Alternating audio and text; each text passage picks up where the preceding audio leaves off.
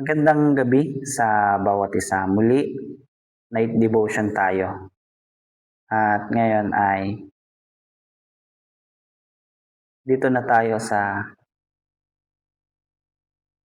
chapter 12 pa rin tayo.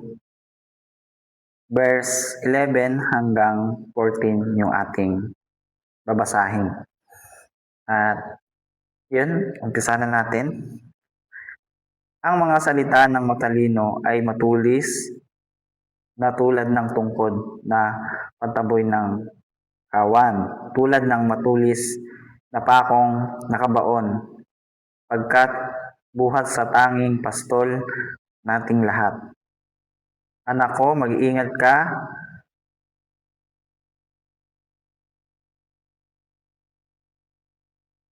sa mga bagay na wala rito. Hindi matitigil ang paggawa ng iba't ibang aklat at ang labis na pag-aaral ay pahirap sa katawan.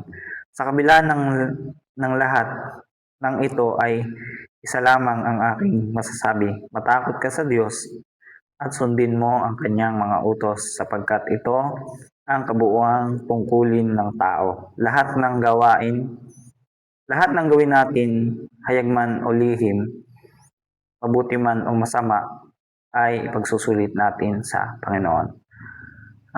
Yun, ang aking natutunan dito, base sa aking pagkakaunawa,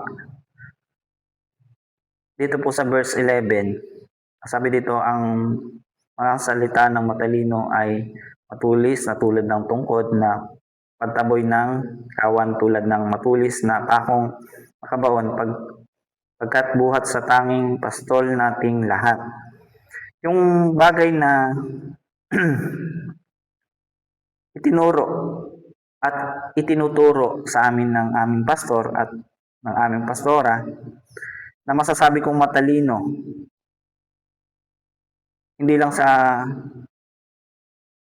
paaralan, kundi sa salita ng Panginoon at sa realidad ng buhay na kanilang naranasan, yung mga bagay na itinuturo nila, yung mga pinapangaral nila sa amin, ay nagiging pagpapala sa amin. At yung mga bagay na pinapangaral nila sa amin, ina-advise nila sa amin, ay nagiging kapakinabang sa aming lahat. At salamat sa Panginoon dahil naglagay siya sa aking buhay ng pastor at pastora sa pamamagitan ng Chariots of Fire Mission Church na inilagay niya dito sa lugar ng Lucena. Sana po ay naunawaan niyo po yung gusto ko pong sabihin dito sa verse 11 ng mangangaral. Yung mga bagay na itinuturo nila sa atin ng ating pastor at pastora sa buhay ng bawat kabataan at bawat member ng bawat churches, nawa ay ating pakinggan at isabuhay yung mga bagay na itinuturo nila sa atin.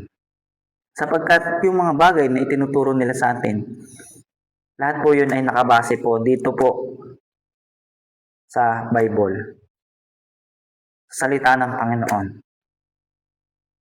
At nawa ay yung mga bagay na itinuturo po nila sa atin ay pagsikapan po nating i-apply. Yun po yung nakuha ko pong aral dito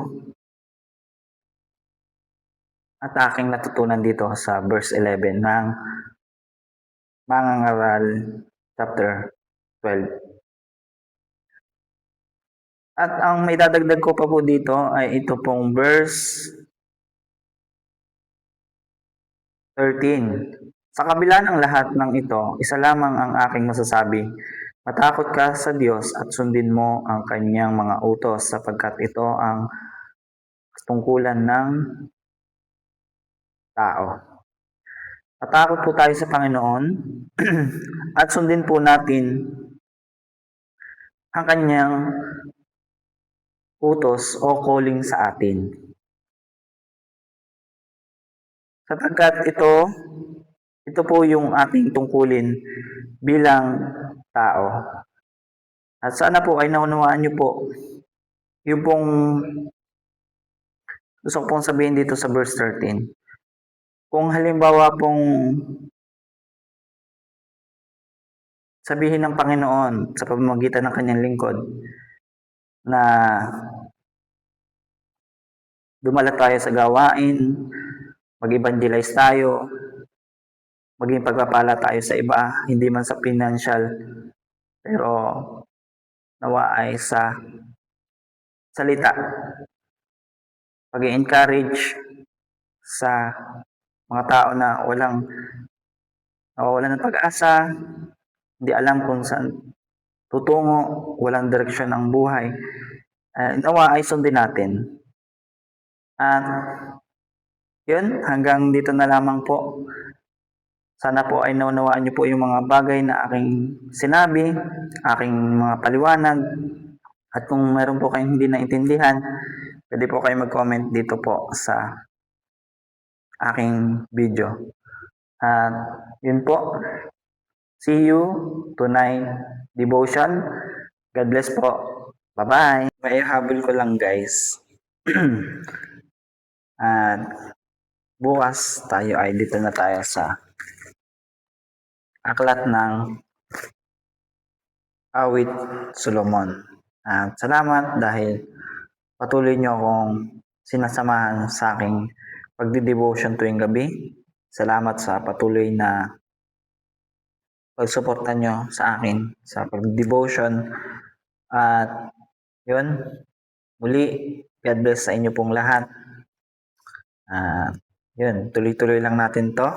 At nawa ay patuloy po akong maging encourage po sa inyo pong lahat. Lamang po at marami pong salamat. Bye-bye po ulit.